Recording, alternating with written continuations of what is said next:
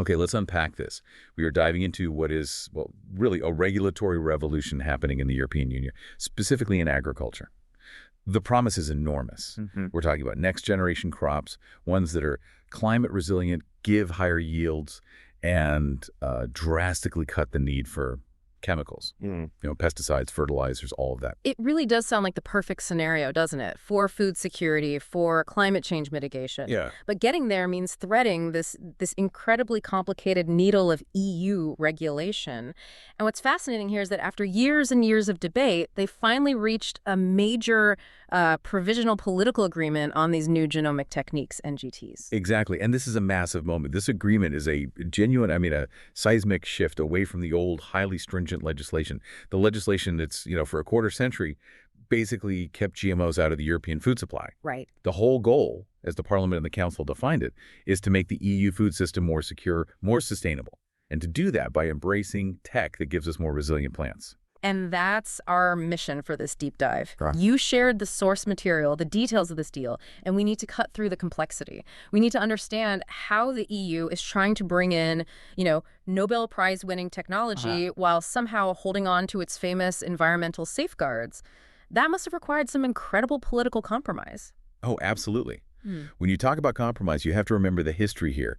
Europe has always been the home of the precautionary principle. The idea that if you can't prove something is perfectly safe, you just don't use it. You just don't use it. Exactly. So moving away from that kind of blanket condemnation of all genetic modification, that required the Parliament, which is often more environmentalist, right, to agree with the Council, which often represents member states who are, worried about agricultural competitiveness. And the essential insight for you, the listener, is that the entire future of this tech in Europe now hinges on one single fundamental distinction. They didn't just loosen the rules, they created a whole new two-tier regulatory framework. And it's all based on how the genetic alteration was done. That sets the stage perfectly. Right. So let's jump right into that. Section 1, NGT1 versus NGT2. Yeah. This split is, it's the crucial starting point for understanding everything else in this deal. Okay, so broadly speaking, NGTs are just advanced techniques that let scientists alter the genetic material of an organism with incredible precision. Right. Unlike the older methods, the traditional GMOs, which often involved sort of randomly inserting foreign DNA, NGTs like CRISPR, they allow for these tiny targeted edits inside the organism's own DNA. And that distinction, precision versus randomness, that's what's driving the whole new regulatory approach. It is. The co-legislators agreed to split the plants into two categories. It's a way to separate the really targeted, what they see as low-risk edits, from the more complex, totally novel alterations. And this is really the core of the whole agreement. It is. It starts with NGT1. And these are defined as plants that, and this phrasing is absolutely vital, could also occur naturally or through conventional breeding. That phrase is the regulatory key, isn't it? Because if NGT1 just mimics changes that might happen in a field over, a very long time through natural mutation or traditional trunk pollination. The kind of thing farmers have been doing for centuries. Right. Then they're considered lower risk. And the regulatory consequence of that is, well, it's monumental. NGT1 plants will be exempt from most of the precautionary requirements of the old EU NGMO legislation. So that means they get to skip that long, incredibly expensive risk assessment process that, it took years and really stifled innovation. It's the innovation fast track, as long as you stay within those parameters of natural occurrence. So, okay, let me see if I've got this. If I'm a breeder and I use an NGT to edit one single base pair in a rice plant to make it drought resistant, and that specific edit is something that could have happened naturally over a few decades, then you qualify. You get NGT1 status and the lighter regulatory touch. But that raises a huge question, doesn't it? How do regulators actually check this? How do they determine what counts as natural occurrence? It can't just be a feeling. No, it's not subjective at all. The Commission has to establish very strict technical parameters.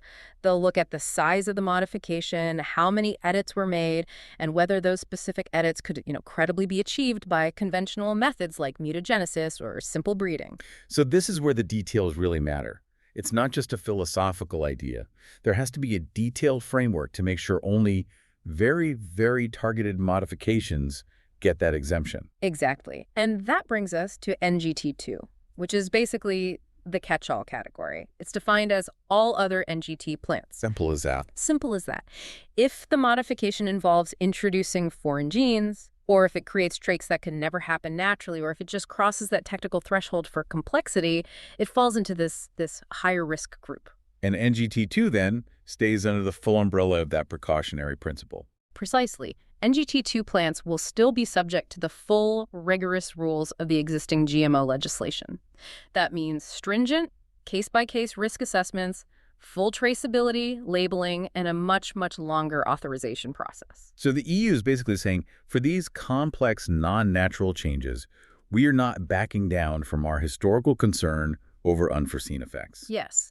If we think about the strategic rationale, it's a very careful balancing act. They're trying to fast-track the innovation that seems less risky, the nature-mimicking edits, while keeping this really tight control over the major genetic alterations. You had a great analogy for this earlier, which I think really helps ground it for everyone listening. Oh, right. Think of NGT1 like a surgeon making one super precise stitch to fix a small tear in a piece of fabric. The result is something you could have achieved with very careful conventional tailoring. Okay. NGT2, on the other hand, is like replacing the fabric's entire fiber structure with some new synthetic material that has never existed in nature before. It's completely novel.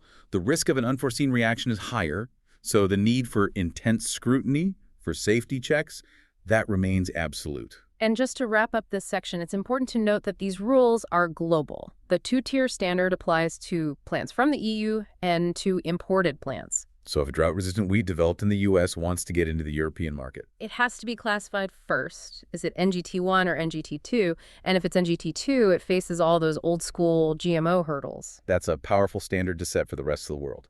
But okay, now we have the definitions. The real breakthrough, the political masterstroke here, is in how the EU is channeling the application of the technology. So moving into Section 2, we have to talk about the crucial safeguards they built into the NGT1 category. Because being exempt doesn't mean it's a free-for-all. It means the EU is strictly dictating how NGTs can be used. These safeguards are the reason the Parliament's environmental groups finally agreed to the deal. It was a successful push to make sure NGTs serve the green transition and sustainability, rather than just becoming another tool for big agricultural corporations. So let's talk about the criteria for NGT1 beyond just the technical stuff. The Parliament specifically demanded, and they got, an exclusionary list. A list of intended traits that are absolutely not allowed in NGT1 plants. And if a trait is on this list, the plant automatically gets bumped up to NGT2 and faces the full regulatory burden. These are the red lines. And the two forbidden traits are incredibly revealing. You cannot use NGT1 to develop plants with known insecticidal effects or, and this is the big one, tolerance to herbicides. Let's pause on that herbicide tolerance part because that is where so much of the political and historical context is. This is the surprise factor. If NGT1 is supposed to fast-track innovation, why would you explicitly ban the traits that are most desirable to the massive chemical companies? This seems counterintuitive, right? It does, but it's because the EU is trying to stop history from repeating itself. The first generation of GMOs, think of things like Roundup-ready crops. They weren't just designed to increase yield on their own. They were designed to tolerate specific herbicides, which allowed farmers to just spray huge amounts of chemicals to kill all the weeds without killing their crop. Which, ironically, just led to more chemical use and then the development of superweeds that were resistant to those chemicals. Yeah. The whole system just became more and more reliant on chemical inputs. Exactly. So by forbidding herbicide tolerance in NGT1, the EU is making a very clear statement. They're saying, we are not going to fast-track innovation that ties our farmers even more tightly to the chemical industry. That is a really clever regulatory pivot. They're not banning the technology. They're channeling its application. By banning the development of chemical tolerance via NGT1, they're forcing R&D to focus on intrinsic plant resilience. Right. If you can't make the plant tolerant to the chemical, you have to focus your NGT research on making the plant resistant to the pest or the drought itself. It steers the use of NGTs directly towards sustainability, towards plants that resist drought, fight off fungus, and just inherently need fewer fertilizers and pesticides while still giving you a high yield. It effectively marries the technological power of NGTs with the EU's big environmental goals. Yeah. It's like they're saying, if you want the NGT1 fast track, you have to contribute to the green transition. And to make sure that happens, the regulation doesn't stop there. The Commission and member states have a very specific ongoing task. They have to actively monitor the sustainability impacts of NGT plants. How does that work in practice? That sounds like a massive job. It is, but it's crucial for accountability. They'll use data from existing official controls. So they'll be collecting information on input use pesticide and fertilizer consumption on farms growing NGT crops. They'll also be looking at biodiversity metrics. So it's not a one-time approval. It's an ongoing promise to verify that the technology is actually reducing environmental harm and strengthening food security over time.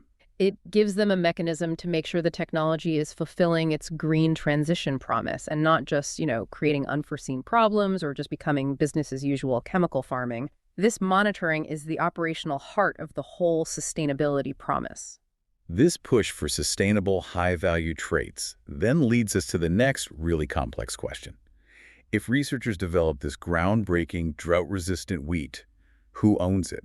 This is where the legal and economic interests collide. Section 3, intellectual property, patents, and fair access. Well, innovation costs a lot of money, billions often, in research and development. So investors need protection, and that protection comes from patents.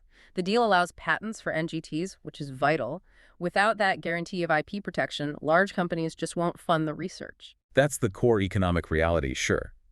But the source material also highlights the other side of that coin, the farmer. The EU has a long history of protecting small farmers and breeders, and genetic tech often threatens the traditional right of farmers to, save and replant their own seeds. And that tension is resolved with a few crucial safeguards that the members of European Parliament managed to get in there. First, there's an immediate exception. Patents are not allowed for traits or sequences that already exist in nature or are produced by traditional breeding. That's a big one. It stops corporations from patenting fundamental biology that should really be in the public domain. It's a huge victory for smaller breeders. But the real battle is about preventing market concentration, ensuring affordability, and protecting that historical right for farmers to save and replant seeds from their own harvest without getting sued. Right. And this is where the EU is trying to get ahead of the problem. They're building in mechanisms to mediate these conflicts before they explode. The main tool for this is the creation of an EU Code of Conduct on patents. A code of conduct. What's the timeline on that, and why is it so important? It's incredibly important because current IP law just wasn't designed for the precision of NGTs. The Commission has to draw up this code within 18 months of the regulation entering into force, which, that 18-month deadline tells you they see this as extremely pressing. So what is this code of conduct supposed to do for a small farmer, specifically? It tackles two critical issues. First, it has to set up rules for licensing patents under fair and reasonable conditions. Let's break that down. It means if a small breeder wants to use a patented NG2 trait to improve a local seed variety, the patent holder can't just charge a ridiculous price or impose unfair terms to block them out. So it's a proactive measure against monopolies. It makes sure the tech is affordable and accessible, not just locked up by the biggest players. Exactly. And the second purpose deals with a massive headache in modern farming: accidental infringement. The code must establish methods for the amicable settlement of patent disputes, especially in the case of unintentional minor presence of patented material in a farmer's fields. That phrase, unintentional minor presence, seems really important. Can you give us a concrete example of why that's so protective? Sure. Imagine a small farmer saving seeds from their own heritage field, and the big farm next door is growing a patented NGT1 crop. Due to wind or bees, a tiny, undetectable amount of that patented pollen drifts over. Okay. Later, when the small farmer tests their seeds, they might find a trace of the patented material. Without this code, that farmer could be facing an immediate, very expensive lawsuit for patent infringement just for saving their own seeds. That would be terrifying for a small operator. So amicable settlement is basically a legal shield. It provides a way to resolve the issue without going to court when the contamination is minor and accidental, and it stops the farmer from being financially ruined by something they couldn't even control. Yes, it prevents the immediate use of those aggressive legal tactics you sometimes see.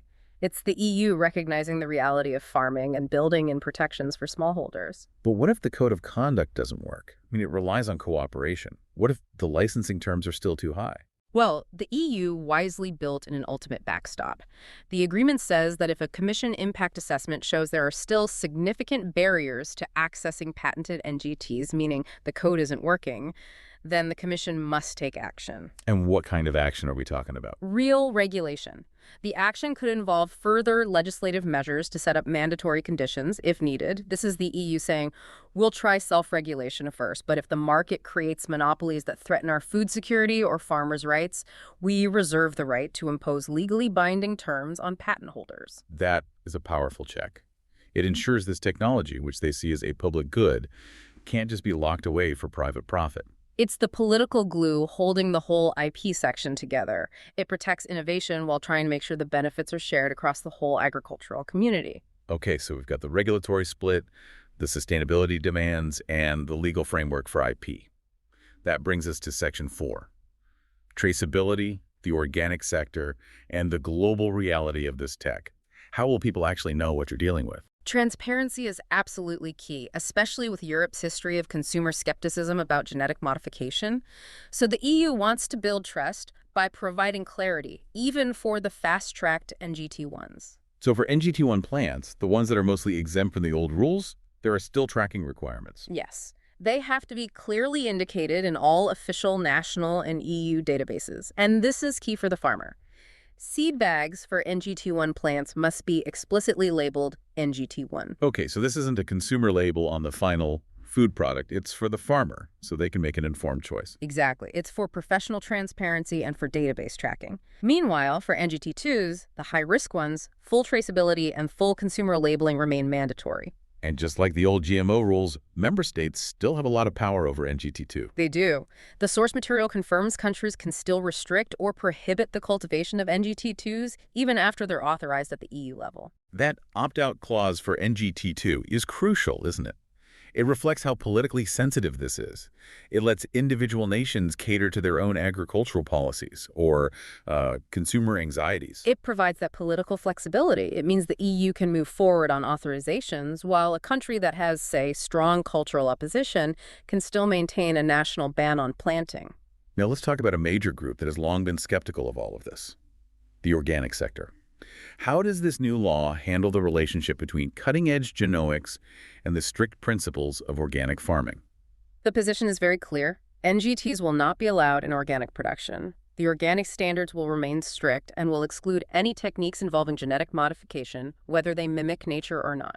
That maintains the integrity of the organic label, which is essential for consumer confidence. But, as you said earlier, reality is messy. It is. And this is where technical necessity comes in, especially with NGT1. Because NGT1 is defined as mimicking nature, the co-legislators agreed that the technically unavoidable presence of NGT1 plants would not count as non-compliance for an organic operator. So, if an organic farmer does everything right, but a tiny bit of NGT1 pollen drifts into their field from miles away, they won't lose their certification. Precisely. It's a pragmatic recognition that zero presence is basically impossible in an open environment. Without that exception, you'd effectively be banning organic farming anywhere near NGT1 cultivation, which would be devastating. And the Commission also has to look at the bigger picture, right? The broader impact on the organic sector. Yes. They're tasked with assessing whether this regulation creates any administrative or economic burdens for organic operators. And that includes looking at potential negative impacts on consumer perception. That's a critical point. Even if the presence is legally permitted, if consumers start seeing headlines about genetic material in organic products, they could do massive damage to the organic market's reputation. It's a perception problem, absolutely. The EU has to monitor whether the presence of NGTs in the food supply negatively impacts consumer confidence in the organic label. Okay, finally, let's bring this back to the global marketplace. While the EU has been debating NGT1 and NGT2 for years, the rest of the world has been moving fast. We have to look outward to see the reality here. Several NGT products are already on the market outside the EU. It shows that while Europe has been carefully crafting its rules, the science has advanced to the point of commercialization elsewhere. And the source material gives some real-world examples that show the kinds of benefits the EU is hoping to unlock with this. Yeah, we're talking about things like corn, wheat, and rice varieties that need significantly less water. That's direct climate resilience. Imagine the impact of truly drought-resistant staple crops. And even everyday things like bananas and mushrooms that have been edited so they don't brown as quickly. That directly reduces food waste. These examples really highlight the tangible benefits the EU has been missing out on. The agreement is trying to close that gap by fast-tracking similar products under the NGT1 label. The rapporteur, Jessica Pulfjord, she called this a historic day. She said it's a breakthrough that boosts not only our farmers' competitiveness, but also Europe's position in research and innovation. It's being framed as a huge step forward. It certainly is. It moves the EU from a position of, well, near total stagnation on genetic engineering to one that's trying to be more nuanced, more risk-based, and to channel the technology toward public good. So let's do a quick summary for you, the listener, to bring all these points together. First, the foundation is the two-tier split. NGT1 is for plants that mimic nature, they get the fast track. NGT2 is for everything else, and it stays under the full, strict GMO rules. Second, that NGT1 access isn't a free pass. It comes with a mandatory sustainability focus through an exclusionary list, specifically banning traits like herbicide tolerance to force R&D toward resilience. Third, patents are allowed, but there are crucial safeguards for farmers. The right to save seeds, and an EU code of conduct to mediate legal fights over licensing fees and accidental contamination. And all of that is backed by the threat of mandatory regulation if it fails. And finally, NGTs are banned from organic farming. But, crucially, the technically unavoidable presence of NGT1 is allowed, and the whole framework has to be monitored so it doesn't harm the organic sector's reputation. Which brings us to the final and I think really important question as we look forward. This deal is provisional. Once it's formally endorsed and published, it enters into force 20 days later.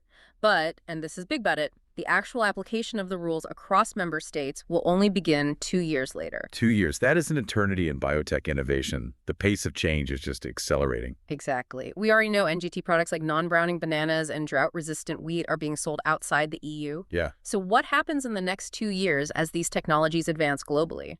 And how will the EU's new, very specific NGT1 label be understood and accepted by its international trading partners? Will the EU's strict NGT1 parameters become a kind of gold standard for sustainable genomics around the world? Or will that unique, complex designation just become a barrier when trading with countries like the US or Brazil or China, who might prefer a simpler approach? That is the real challenge. The EU has solved its internal regulatory battle, for now. But the next 2 years will define its place in the global food technology race. It's a race against time and a race for international acceptance.